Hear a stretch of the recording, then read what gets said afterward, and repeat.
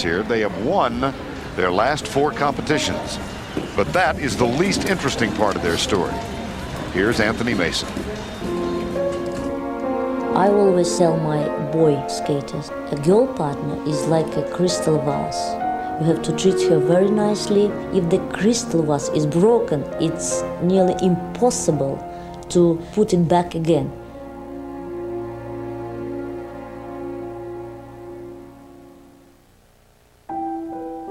Elena Berezhnaya has always seemed more fragile than most. Growing up as a small girl in a smaller town in Russia's deep south, she was raised by her mother, who got by on a meager salary. But it was evident at an early age that Elena had a talent. She was an extraordinary skater. And in 1990, Tatyana Berezhnaya sent her only daughter to Moscow to train under the country's skating elite. Coaches soon paired her with a tall, rugged Latvian named Oleg Shliakhov, who had already been through 6 partners in 4 years. It was clear we made a good pair and would at least win a medal at the World Championships. Worried they would be overshadowed in the competitive Moscow school, Elena and Oleg moved to Riga, Latvia, Shliakhov's hometown. I was reassuring myself that I had to do this. I had to skate for the sake of my mom. I was skating to make my mom happy. Elena and Oleg made many Latvians happy when they finished a very promising 8th at the Lillehammer Olympics. They seemed a pair for the future. But their success was hiding a disturbing secret. Oleg's insatiable drive for perfection on the ice was suffocating Elena.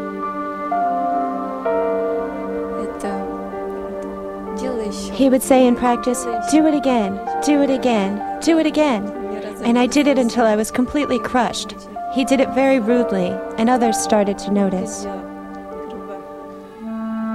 Any mistake on Elena's part set off a burning rage inside Oleg. He began hitting Elena.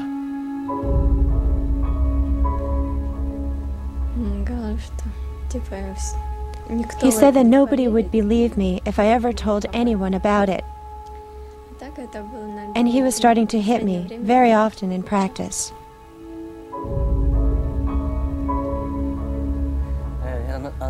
I can only answer in one way. What happened between us was strictly our own business. Petrified, Elena kept quiet about the abuse she was receiving at the hands of her partner. My mom didn't know anything about the things that happened to me in Riga. I didn't tell her anything. I know that her health is pretty bad, and I didn't want to make it worse. I knew that she would watch me skate on TV and that it gave her strength. She was the only reason for me to continue.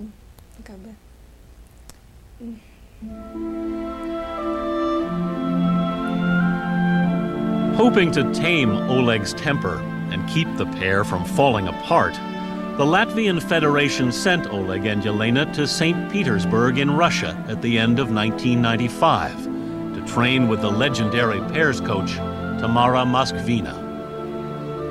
Well, as usually when you come to the new coach, he behaved nice. But then he started to behave as usual. He could kick her, he could shout at her, he even hit after, for no reason, to hit the girl who was much weaker than him, much younger than him, and, well, like I was shocked. Another skater in St. Petersburg, Anton Sikharulidze, saw what was happening. My first reaction was Oleg should be sent back to Riga. Anyone could see that this was no way to skate, no way to treat a lady. He wasn't taking any advice. He wouldn't listen to anyone. Anton befriended Elena, and the two began spending time together off the ice. Their budding relationship made Oleg seethe. He was angry, he was desperately not happy with her, And then I asked him, what's the matter? Why you are so angry with her? Why you behave not properly? And he confessed that he is afraid of Anton. I asked, why? Why you are afraid of him? And he shouted at me, you don't know. I'm telling you that they're in love.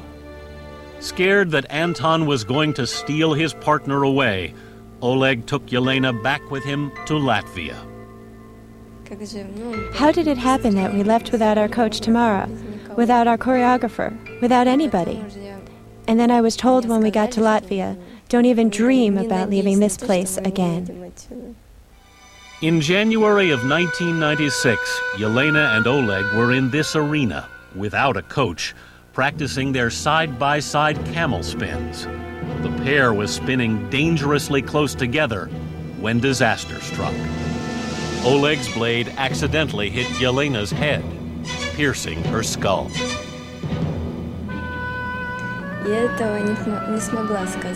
In the ambulance, when they asked my name and address, I couldn't say anything. I couldn't talk. Oleg's blade had opened a 2-inch gash in Elena's head. Her speech impaired, Elena underwent serious brain surgery. Why was she the one who was hurt? And why was it me who did it? Why was all this happening?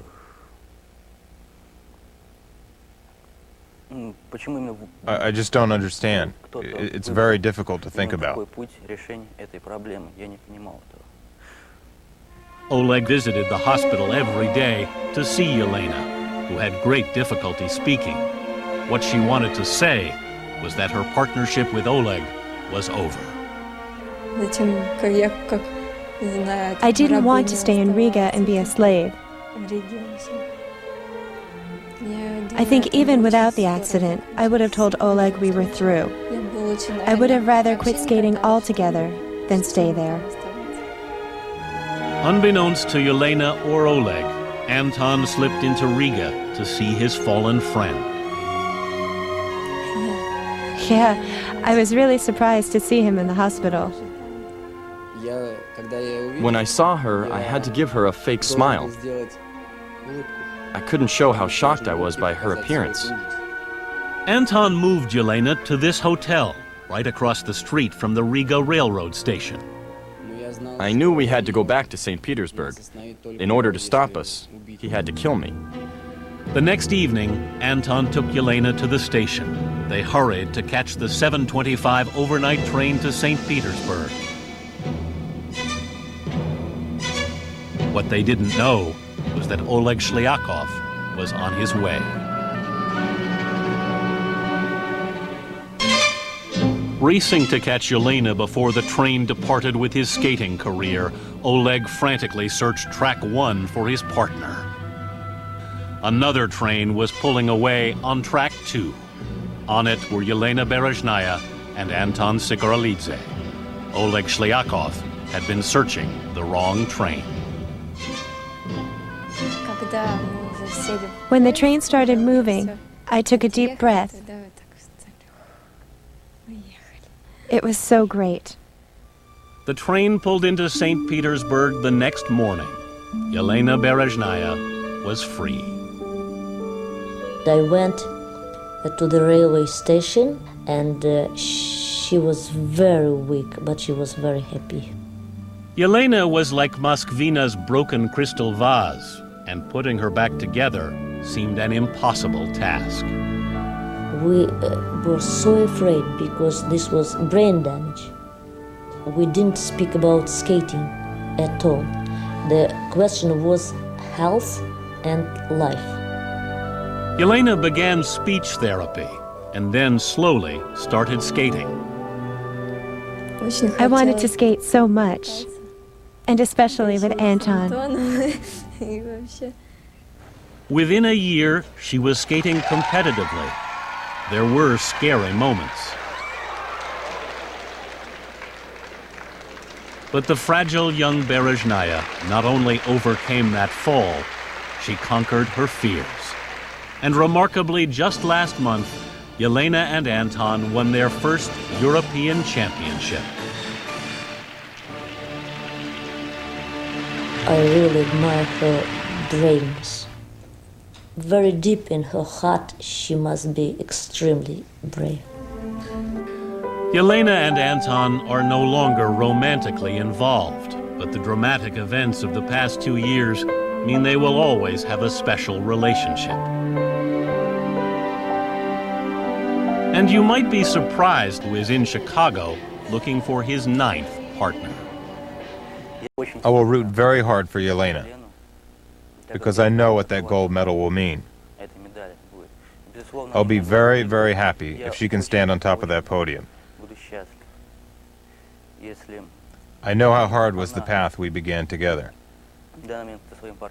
It's just that she has chosen to take that path alone. She took that path with a hand from Anton Sikharulidze, and with him, the 20-year-old woman whose career seemed finished 20 months ago is now the favorite for Olympic gold.